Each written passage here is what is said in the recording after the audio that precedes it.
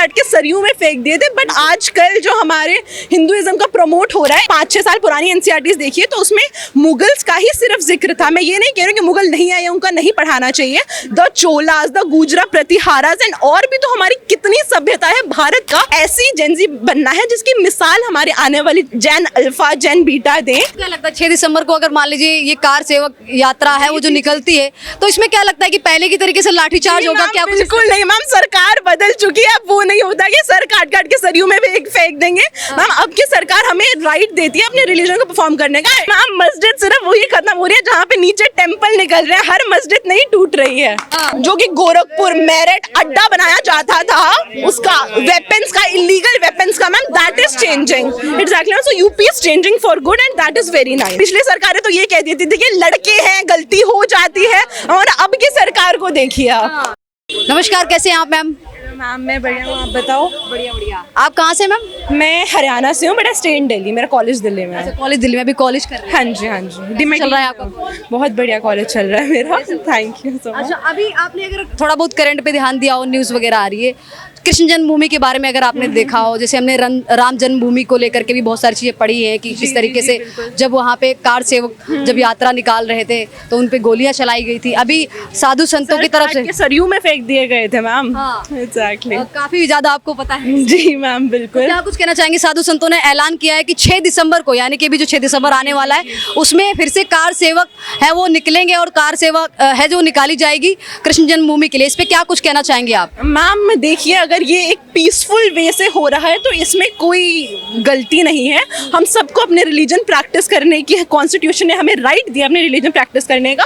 तो अगर ये एक पीसफुल वे में हो रहा है तो हमें इससे डरने की बिल्कुल ज़रूरत नहीं है। पिछली सरकारों ने तो सर काट काट के सरयू में फेंक दिए थे। बट आजकल जो हमारे हिंदुइज्म का प्रमोट हो रहा है, it's not just about Hinduism, about all other religions as well. But if it's happening in a peaceful way, it's 100% correct. We have the right to perform our religious duties, so we are just doing that. अच्छा, आपको लगता है कि इस सरकार में सांस्कृतिक और धार्मिक चेंजेस आ रहे हैं? जी मैम बिल्कुल। अब हमें अपनी सही हिस्ट्री पढ़ाई जा रही है मैम। जैसे कि हमारे जैसे पिछली, अगर आप देखिए, अगर आप 5-6 साल पुरानी एनसीईआरटीज देखिए तो उसमें मुगल्स का ही सिर्फ जिक्र था। मैं ये नहीं कह रही कि मुगल नहीं आए, उनका नहीं पढ़ाना चाहिए। द चोलास, द गुजरा प्रतिहारास एंड और भी तो हमारी कितनी सभ्यता है। भारत का सबसे रिच इतिहास है। तो हमारे जो यंगर जनरेशन है उनको सब कुछ पढ़ाना चाहिए ma'am. That's what I believe. अच्छा, जैसे हम कृष्ण जन्मभूमि की बात करते हैं, क्या लगता है क्या फैसला आना चाहिए एज अ हिंदू होने के नाते? आप हिंदू हैं? जी मैं हिंदू हूँ, बट मैं होने के नाते I just think ma'am, I would side an example of Babri के नीचे मंदिर था तो उसको तोड़ा गया और मंदिर रीएस्टैब्लिश किया गया। मैम अगर कुछ और ऐसा मिलता है तो मैम उस धर्म के उसमें होना चाहिए। आई एम नॉट सेइंग कि हिंदुइज्म के प्रमोट होना चाहिए या फिर इस्लाम के उसमें होना चाहिए। जो भी धर्म, जो कोर्ट फैसला लेगा, सुप्रीम कोर्ट टुक द फैसला ऑफ राम मंदिर, जो भी सही फैसला है वो लिया जाए, ना कि एक धर्म को मद्देनजर रखते हुए फैसला लिया जाए। अच्छा, आपको क्या लगता है 6 दिसंबर को अगर मान लीजिए ये कार सेवक यात्रा है वो जो निकलती है, तो इसमें क्या लगता है कि पहले की तरीके से लाठीचार्ज होगा क्या? बिल्कुल नहीं मैम, सरकार बदल चुकी है। अब वो नहीं होता कि सर काट काट के सरयू में फेंक देंगे। मैम अब की सरकार हमें राइट देती है अपने रिलीजन को परफॉर्म करने का। And if it happens in a peaceful way, ma'am यहाँ पे हम जंतर मंतर के सामने ही खड़े हैं। प्रोटेस्ट हुआ मैम, वो स्टार्ट तो पीसफुल वे में हुआ तो सरकार ने उसको रोका नहीं बिल्कुल। तो मैम अगर ये पीसफुल वे में हो रही है, जो भी करना चाह रहे हैं, तो मैम बिल्कुल होना चाहिए। इंडिया हमें राइट देते हैं अपना रिलीजन परफॉर्म करने का। अच्छा, अभी एक हमने मौलाना जी का वीडियो देखा था मैंने दोपहर में, वो कह रहे थे कि जब तक कि योगी सरकार रहेगी तब तक कि धीरे धीरे जो मस्जिदें हैं वो खत्म हो जाएंगी। कहीं ना कहीं 10-20 हजार मस्जिदें भी नहीं बचेंगी, इस तरीके का बयान। मैम मस्जिद सिर्फ वही खत्म हो रही है जहाँ पे नीचे टेंपल निकल रहे हैं, हर मस्जिद नहीं टूट रही है। तो मैम आई बिलीव कि अगर वहाँ पे कुछ ऐसा है तो होना चाहिए। बाकी मैम यूपी में जो मुस्लिम पॉपुलेशन है which is growing, Muslim population कम नहीं हो रही है मैम इंडिया में। एग्जैक्टली। एंड मैम अगर राम भूमि पे मंदिर बना तो जमीन मस्जिद को भी अलॉट हुई है। ये नहीं है कि उनके साथ कुछ गलत हुआ है। जमीन आज भी ऐसे ही पड़ी है मैम, हो जाएगा। अभी आप धीरे धीरे रुकिए मैम, भारत बदल रहा है, मोदी सरकार भारत को बदल रही है। आपने 2014 से अभी तक बहुत चेंजेस देखे होंगे मैम, आगे भी आप पॉजिटिव चेंजेस हमारे देश में बिल्कुल देखेंगे। देखिए, अभी ये कहा जाता है, जैसे हमने असदुद्दीन ओवैसी का बयान सुना है, आपने शायद सुना है कि नहीं सुना है? सुना ही होगा मुझे जहाँ तक कि लगता है। उन्होंने कहा था कि बाबरी मस्जिद है वो कयामत तक रहेगी, भले ही राम मंदिर बन गया हो। इस पे क्या कुछ कहना चाहिए? कृष्ण जन्मभूमि में भी अगर कोई फैसला है वो मैम, आ जाता है। ये तो हमारी ऑडियंस को भी पता है, बाबरी मस्जिद जो थी सिर्फ एक जो ढांचा था वो ही टूटा गया है। तो मैम ओवैसी जी का बयान तो यहीं पे गलत प्रूफ होता है कि ऐसा तो कुछ नहीं है। और मैम वो मस्जिद में लास्ट नमाज भी 1990s में हुई थी।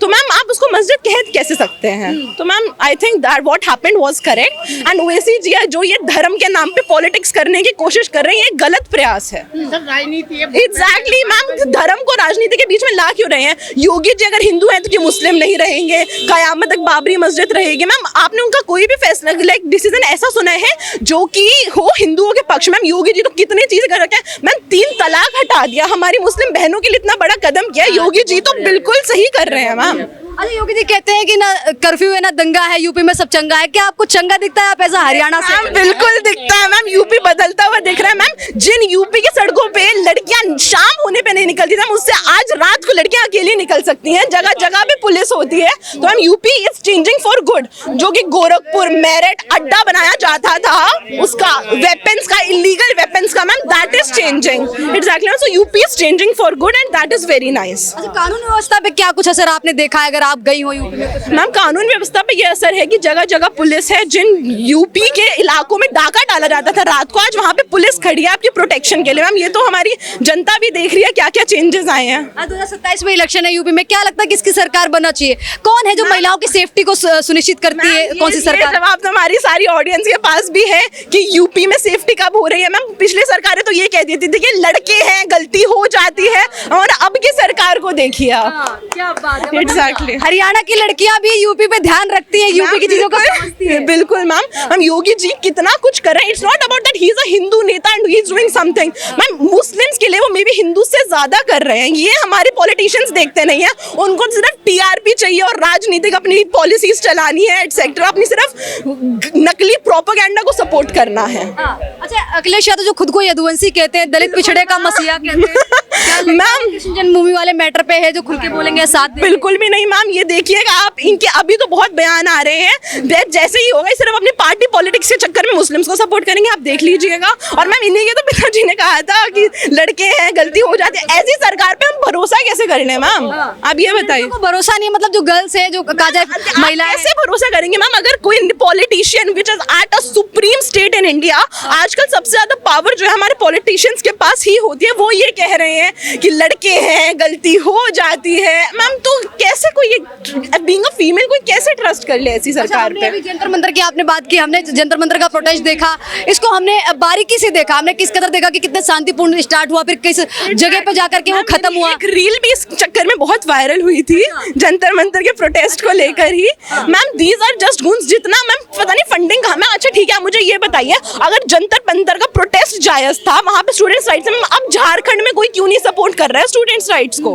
अब कहाँ गए इनके so called activist, student activist, अब कहाँ गए? मैम झारखंड में भी तो सेम चीज हो रही है, वहां पे तो कोई पॉलिटिशियन, यहाँ पे मैम आप भी सपोर्ट कर रही है, कांग्रेस भी सपोर्ट कर रही है, वहां पे जब जहाँ पे स्टूडेंट्स को सही में जरूरत है वहां पे कोई है ही नहीं इनको सपोर्ट करने के लिए। यहाँ पे गालियां भी दी गई, इंडियन आर्मी को गाली दी गई, प्रधानमंत्री मोदी जी की माता जी को गाली दी गई, बहन को गाली दी गई। तो इस तरीके के चेंजेस को आप क्या कुछ संदेश देना चाहेंगे, क्या कुछ बोलना चाहेंगे? आपको ये संदेश देना चाहेंगे कि आजकल आप जैसे लोगों के चक्कर में हमारे जेंजीज बहुत बदनाम हो चुके हैं, but it is a time to change. India has the largest youth, 65% of population जो है वो यूथ में काउंट होती है। तो please be a good youth, because ये जो मेरे भारत का फ्यूचर नहीं हो सकता ma'am.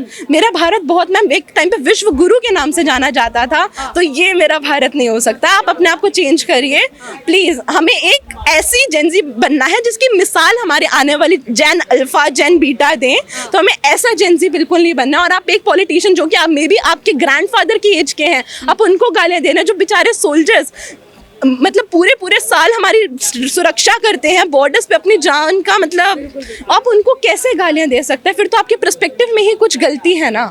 Exactly ma'am, that's what I believe. Thank you so much, आपसे बात करके मुझे बहुत अच्छा लगा। Thank you so much.